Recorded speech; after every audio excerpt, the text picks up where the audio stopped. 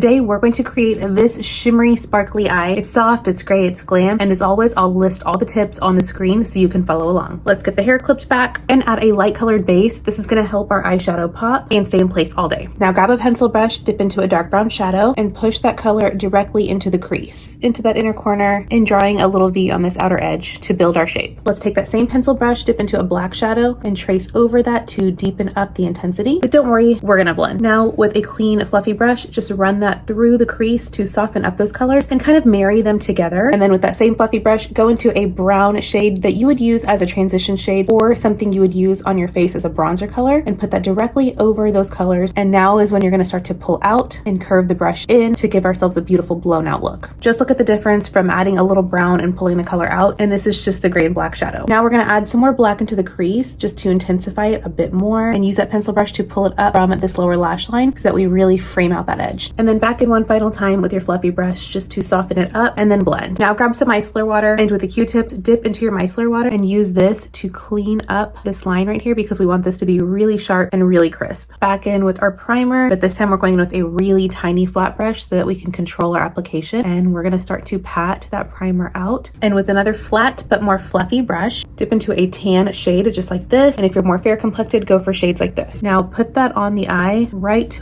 where that crease is, and then wiggle. You want to push that matte shadow into your primer. And now with that same brush, let's use an eyeshadow to bridge that black line into that tan shadow by dipping into this dark brown shadow that we used at first, and only using the tip to stamp it over it and merge those two colors together. Also grab that brown shade and stamp it slowly towards this outer corner to build up that transition. And final step, it's time for a shimmer. I want to take it up a notch and use one of the Kazette Crystal Cream shadows. These are so phenomenal. As we're sticking with neutrals today, let's grab this gold and push that on top of that lid. Look at that. Oh my gosh, it literally just looks wet. It's so good. Now this color has a little bit of a shift to it, because when I look at it, I see very yellow gold, but it shows up copper on camera. But I want to add a little bit of this to the outer corner just to give our look some dimension. Clean at the edge. We're just going to go in with a face powder and a brush and slightly push that underneath. And by using a foundation powder and kind of nudging it back and forth just like this, it's kind of like your little magic eraser. And then back over that with my fluffy brush. I'm going to go in with a brown liquid liner. This is by Maybelline. It's such an incredible formula and very user-friendly. Also going to add a little wing. Lower lash line, I want to go in with a brown as well, and this is the Maybelline Smoky Gel Liner. And I'm just going to keep the bottom really simple by adding a little dark brown shadow, and then with that tan color that we used in our crease, layer that, because by adding a warm